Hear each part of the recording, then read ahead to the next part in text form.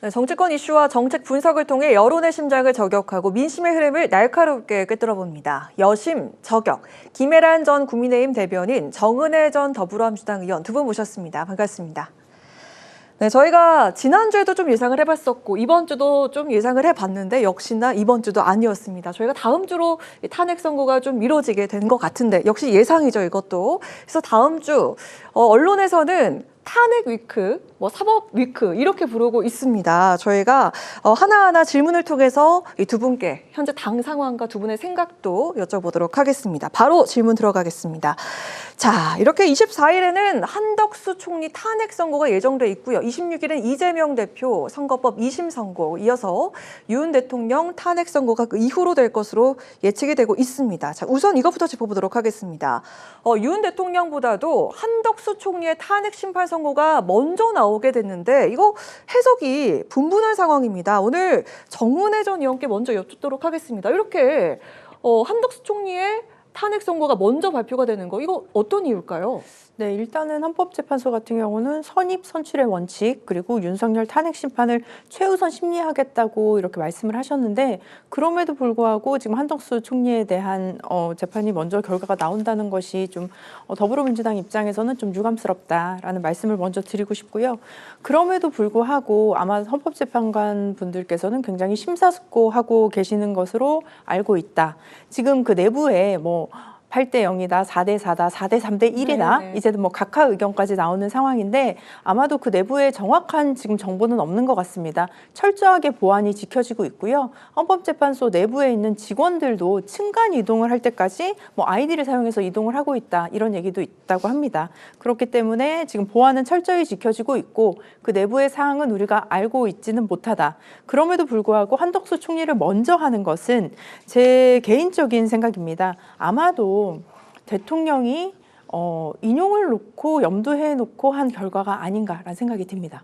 왜냐하면 지금 국정의 공백이 너무나 큽니다. 네. 지금 대행이 있지만 사실은 총리의 권한도 아니고 그렇기 때문에 굉장히 불안정한 상황인데요. 만약에 현재 상황에서 윤석열 대통령이 탄핵이 인용이 된다 했을 때는 국내적인, 국제적인 혼란까지 굉장히 저는 커질 거라고 봅니다. 그렇기 때문에 아마도 한덕수 총리가 저는 업무에 복귀될 가능성이 좀 많다고 보여지는데요. 네. 아마도 그렇게 복귀가 되고 나서 국정을 안정시킨 다음에 그 다음 절차가 진행이 되지는 않을까라는 생각이 듭니다. 그리고 일정과 관련해서는 대통령 몫의 2명의 재판관들이 4월 18일에 이제 퇴임이 예정되어 있습니다. 그래서 아마 그 전에는 저는 분명히 결과가 나올 것으로 예상이 되고요. 아마도 이렇게 하루하루 늘어지는 것들이 그 피해는 고스란히 국민들에게 가게 되고 갈등도 지금 굉장히 증폭되고 있는 상황에서 다음 주에는 반드시 결과가 나와야 한다고 저는 생각합니다. 네, 우리 김혜란 전 대변인께 여쭙도록 하겠습니다. 네. 한덕수 총리에 대해서는 그러니까 당연히 탄핵을 하지 말았어야 되는 겁니다. 그리고 탄핵이 됐을 경우에도 지금 당연히 지금 가장 빨리 그 권한의 유무에 대해서, 대행 여부에 대해서 판결이 나왔어야 되는 거죠. 지금 선입 선출을 말씀하셨지만 대통령 탄핵에 비해서 굉장히 기일이 단 1회로 끝나지 않았습니까? 그리고 변론 종결도 6일이나 더 빨리 됐기 때문에 사실 한덕수 총리에 대한 심판이 빨리 나오는 것은 전혀 이상하지가 않습니다. 오히려 지금 이 여부, 그 총리의 그 권한 대행의 그 권한 여부에 대해서 가장 빨리 결정을 했었어야 되는 거죠. 왜냐하면 의결 정족수에 대해서도 굉장히 치열한 지금 여야 간의 대립이 있지 않았습니까? 지금 대통령 권한 대행이 탄핵 소추가 의결되기 위해서 200명이 필요한지 151명이 필요한지 사실 그 부분에 대한 심리는 굉장히 간단하기 때문에 금방 결정할 수 있는 것임에도 불구하고 이렇게 오랜 시간 끌어서 사실 국정에 굉장히 많은 혼란과 그 공백을 초래했습니다. 네, 그렇기 때문에 지금 많은 사람들이 당연히 다음 주 월요일에 그 기각이 되어서 한덕수 총리가 기각 내지 각하가 되어서 복귀한다는 것에 대해서 알고 있습니다. 근데 이렇게 되었을 때 그간의 그 혼란과 공백에 대해서는 과연 누가 책임질지 정말 답답합니다. 네, 그렇기 때문에 지금 앞으로 그 대통령 권한 대행에 대한 그 탄핵의 남용은 명백히 막아야 된다는 점에서 이 판결이 의미가 있을 것 같습니다. 네, 헌재가 한덕수 전 총리의 탄핵 소추를 인용하게 되면 즉시 파면이 되는 거고 각하나 기각을 하게 되면은 대통령 권한 대행으로 직무 복귀하게 되는 건데 우리 김혜란 전 대변인께서 만약에 각하나 기각에 대해서 업무 복귀하게 되면 누가 책임을 질 것이냐 답답하다 이렇게 말씀하셨는데요.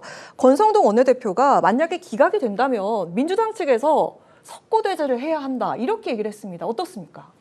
전 그렇게 보지는 않습니다. 왜냐하면 분명히 한 총리의 저는 위헌 상황이 있다고 보여지고요. 그럼에도 불구하고 인용이 되지 않았다는 것은 그 법의 위반이 그만큼 중대성이 없다라고 판결이 됐기 때문에 있는 것이지 아예 그 위반 사항이 없어지는 것은 아닙니다. 그렇기 때문에 그 부분은 우리가 좀 검토를 해봐야겠지만 저는 중요한 것은 이번에 그 한 총리에 관한 그 결과문이 나왔을 때 네. 헌재의 결정문을 굉장히 우리가 예의주시해야 한다라는 생각이 듭니다. 왜냐하면 그 결정문에 아마도 비상계엄이라든지 그리고 국무회의 그 당시 자체의 어떤 위법성에 대해서 또 나타날 수도 있고요. 그리고 윤석열 대통령의 그 사건에 대해 가늠자가 될 수도 있겠다라는 생각이 듭니다. 왜냐하면 한 총리가 지금 이렇게 뭐 탄핵 소추가 된 것에 의해서는 계엄에 대한 요소도 분명히 있기 때문에 그 계엄에 있었던 국무회의에서 어떤 행동을 했었던 것인지 그리고 그 안에서 윤석열 대통령의 행동이 어땠던 것인지에 대한 또 판결들이 있기 때문에 그런 가늠자가 될 수도 있다라는 생각이 들고요. 그리고 또 지금 일정을 보면 한덕수 총리 탄핵 심판 선고가 월요일이고요. 같은 시간에 또 서울중앙지법에서 윤 대통령 내란 우두머리 형사재판 2차 공판 그 준비 기일이 또 열리고 있습니다. 그렇기 때문에 굉장히 뭐 다음 주는 우리가 사법위크다, 슈퍼위크다 뭐 이렇게 얘기를 하는데 국민 여러분들께서도 좀 예의주시하고 또 그 법의 위반성, 그 중대성 이 부분에 대해서도 함께 우리가 좀 고민해 볼 시점인 것 같긴 합니다. 네. 네, 석고대죄라는 말은 사실 정치적 수사겠지만 사실은 정말로 국민에게 있어서 사죄하는 마음이 있어야 합니다. 그 탄핵이 인용되었을 당시 그날 하루에 환율이 1,480원까지 뛰었던 거 기억하시죠? 네. 그런데도 불구하고 지금 그 대행 체제를 위해서 지금 또 최상목 대행에 대한 탄핵 소추를 하겠다고 지금 하는 것 아닙니까? 네, 이거에 대해서 정말 그 부끄러워하고 반성하는 마음 가져야 될 것 같고 지금 말씀하신 것처럼 한덕수 총리에 대해서 이게 이번에 만약에 기각이 나오게 됐을 때 윤 대통령 그 탄핵에 영향을 줄 수 있다고 생각하는데 그건 사실 민주당 입장에서는 굉장히 불리한 이야기예요. 왜냐하면 한덕수 총리에 대한 그 탄핵은 기각될 것에 거의 99% 다 예상하고 있지 않습니까? 네, 그랬을 때 윤 대통령에 대한 이 내란죄에 대해서 기각될 확률이 높아진다라고 말하는 게 뭐 민주당 입장에서 그렇게 좋은 일은 아닐 것 같습니다. 네. 그 결정문의 세부 내용들을 저는 봐야 된다고 그래서 말씀을 드렸던 것이고요.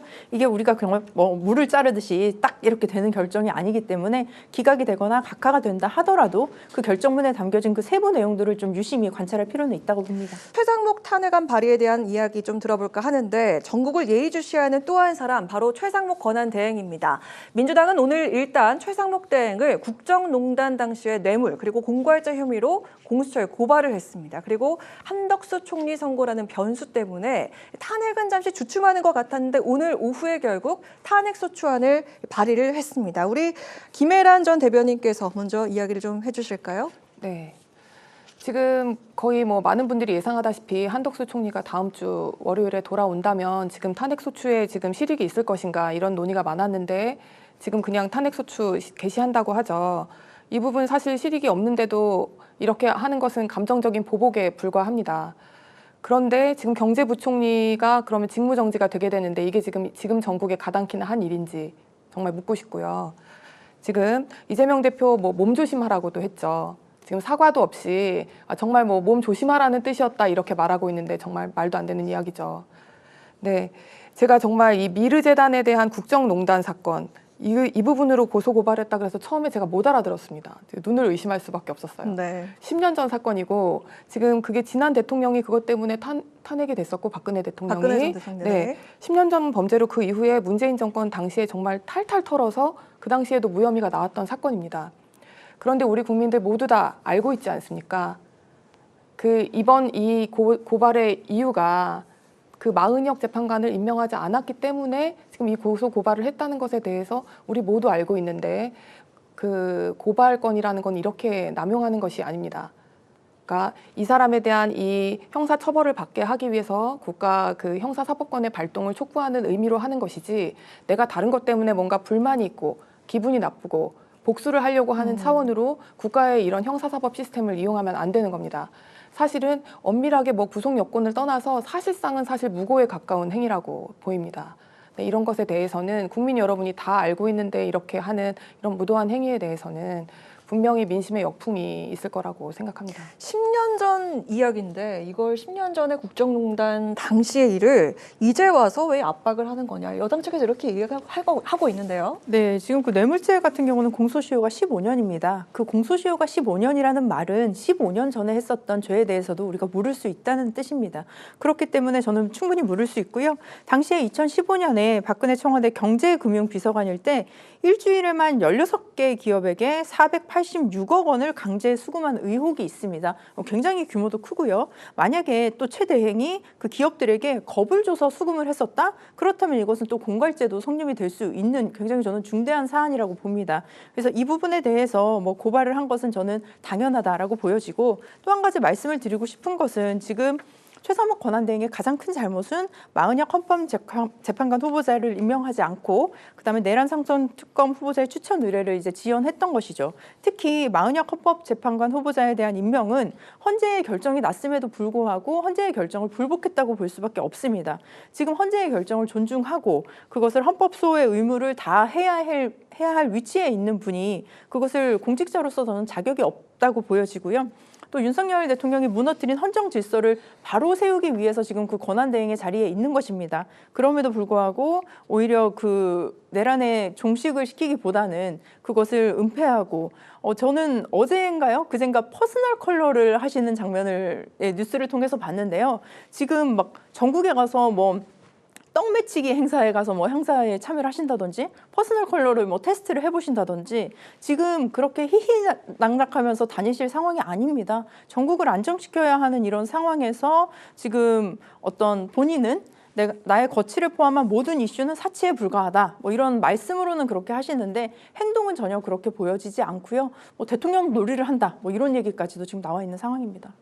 네, 반론 네. 있으십니까? 네. 지금 그 전국 안정은 정말 여야가 뭐 가리지 않고 무조건 원하고 있는 것 아닙니까? 그런데 지금 다시 탄핵 소추를 한다는 것, 이것이 지금 말도 안 된다고 생각하고 지금 형사 고발에 대해서 이게 만약에 그 미르재단 관련한 문제가 그렇게 심각해서 지금이라도 이 뇌물이나 공갈로 처벌을 해야 된다라고 했는데도 불구하고 인사청문회는 통과했었거든요. 그 당시에는 이런 문제가 나오지 않고 또 통과를 했었는데 그 당시 야당이 통과시켜줬는데 지금 와서 그 얘기를 꺼내는 것은 목적과 수단이 전혀 지금 별개인 겁니다. 개인적 보복의 목적으로밖에 보이지 않습니다. 네, 이렇게 한치 앞을 예측하기 힘든 현재 형국인 것 같습니다. 지금 이 막바지 상황에 김건희 여사 리스크가 재점화가 되고 있는 이 내용 한번 다뤄볼까 하는데요. 상설특검법이 통과가 됐습니다. 이 상설특검법의 출범이 사실상 어렵다고 하더라도 조기 대선 시에는 여야의 여론전의 핵심으로 떠오르게 되지 않을지 역시 이것도 만약을 전제에 두고 있는 상황입니다. 조기 대선 시가 되면은 이게 여론전의 핵심이 될 것이다. 자, 먼저 우리 정은혜 전 의원부터 들어보도록 하겠습니다.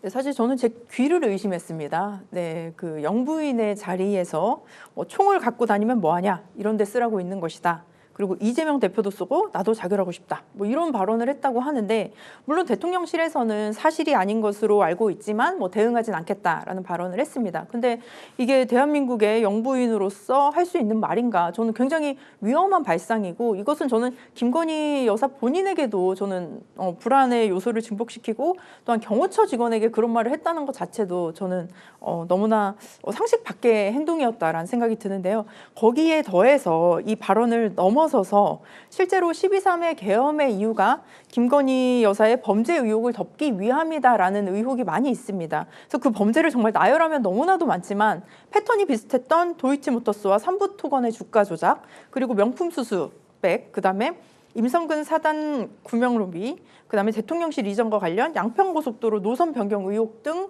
이 모든 의혹에 대해서 국민 여러분께서는 너무나 궁금해하시고 지난 2, 3년간 우리는 이 뉴스를 볼 수밖에 없었습니다. 그렇다면 다가올 조기 대선에서도 분명히 이 문제가 해결이 돼야 될 것 같고 이슈가 되어야 하고, 그래서 국민 여러분들께서 정확한 판단을 하실 수 있는 그 근거가 될 수 있을 것으로 보입니다. 이런 의혹들을 규명하기 위한 법이고 이 법은 정말 필요한 법이라고 보여집니다. 네. 근데 이제 그 현실적으로는 이 상설 특검이 통과가 되었어도 이 특검 추천의 의뢰 절차가 진행될지 잘 모르겠습니다. 왜냐하면 한덕수 총리가 그 전에 이 탄핵 소추가 되었을 때 그 사유에도 그 상설 특검에 대한 그 특검 임명의 절차에 협조하지 않았다라는 게 사유에 들어갔을 만큼 지금 한덕수 총리든 아니면 그 최상목 총리든 그 두 대행이 다 공히 지금 임명하고 있지 않거든요. 그렇기 때문에 현실적으로 진행이 안 될 것 같기도 하고, 만약에 이게 탄핵이 인용되어서 조기 대선이 올 경우에 여론전을 생각을 한다면 그때는 상설 특검보다는 아마 검찰이 뭐 제대로 수사를 하지 않을까 싶습니다. 지금도 그 경호처에 있는 뭐 차장이라든지 본부장이 지금 뭐 영장 지금 심사 받지 않았습니까? 네, 그래서 오히려 각별히 이게 정략적으로 야당에 의해서 이용되지 않도록, 무책임하게 이용되지 않도록 그 부분을 좀 경계를 해야 될 것 같습니다. 네. 자, 마지막으로 다뤄볼 주제는 국민연금 개혁에 대한 현재 두 분의 생각인데요. 18년 만에 연금 개혁의 극적 타결이 이뤄졌지만 여야 모두 청년들에게 미안함을 표시를 했습니다. 더 내고 더 받는다고 하지만 우리 청년 세대에게 부담을 지우는 연금 개혁이라는 반발도 높은 상황인데 이번 연금 개혁안에 대해서 두 분께서 아쉽게 느껴졌던 점 어떤 것이 있고 또 현재 여론은 각각 좀 어떻게 두 분께서 피부로 느끼시는지 들어보도록 하겠습니다. 네, 우리 정은혜 전 의원께서 아마도 물론 여야가 뭐 합의를 했다, 타협과 조정을 했다는 측면에서는 긍정적으로 평가를 할 수 있을 것 같습니다. 그럼에도 불구하고 현장에 있던 3040 정치인들 같은 경우도 반대를 하거나 기권을 했고요. 저도 저 자리에 있었다면 저는 반대를 했을 것 같습니다. 왜냐하면은 지금 연금과 관련해서는 우리가 지금 고갈되는 것이 10년 뒤였다. 그래서 그 10년을 지금 연기한 것을 좀 늦춘 것뿐이다라는 것인데요. 그리고 우리가 인구가 감소되고 고령화가 되는 것을 전혀 예상하지 못하고 적용한 개념이다라고 보여집니다. 가입자 수는 줄고 수령자는 늘어나는데 이런 상황 속에서 재정적인 방안을 만들어내지 못했다는 것, 이것은 저는 미래 세대들이 오히려 주인이 되어서 주인공으로 이 부분들을 해결을 해야 하는데 기성세대의 관점으로 지금 당장 뭐 시한부 인생처럼 그 생명을 연장하는 것밖에 보여지지 않고요. 그리고 실제로 연금이 고갈됐을 때 어떻게 지불을 할 것인가. 그래서 지속 가능성과 그리고 현재 젊은 사람들이 내는 연금에 있어서 자신들이 받을 수 있을지 안 받을 수 있을지 너무 불안한 상황입니다. 그렇다면 그 형평성을 어떻게 고려할 것이냐. 이거에 대한 국민 여러분들께 설명이 저는 더 필요하다고 봅니다. 네, 김혜란 전 대변인. 네, 대부분 다 동의하는 이야기입니다. 네, 사실 이번에 핵심은 말하자면 더 내고 더 받는다라는 건데요. 소득 대체율도 올라가고 지금 보험료율도 올라갔는데 문제는 더 내는 사람과 더 받는 사람이 주체가 다릅니다. 더 내는 사람은 사실 앞으로 낼 일이 많은 청년들인 거고 더 받는 사람들은 이제 거의 곧 받을 연령에 도달하거나 이미 받고 있는 사람들은 더 이 액수만 늘어난 거죠. 그렇기 때문에 지금 청년들이 너무 지금 분노하고 있고 좌절하고 있습니다. 청년들에게 이게 족쇄가 되는 이런 연금 개혁은 지금 문제가 굉장히 심각하고 구조 개혁이 전혀 없는, 그러니까 말하자면 지금 이렇게 뭐 꼭 넣었어야 되는 그 자동 조정 장치, 인구나 경제 변화에 대해서 뭐 대처할 수 있는 자동 조정 장치마저도 안 들어간 지금 상황에서는 반드시 후속 조치가 뭐 후속 개혁이 시급하게 이루어져서 구조 개혁까지 가야 된다는 입장입니다. 네, 좋습니다. 오늘 이렇게 마무리해 보도록 하겠습니다. 네, 지금까지 김혜란 전 국민의힘 대변인, 정은혜 전 더불어민주당 의원과 함께한 여심 저격 시간이었습니다. 두 분 다음 주에 뵙겠습니다. 고맙습니다.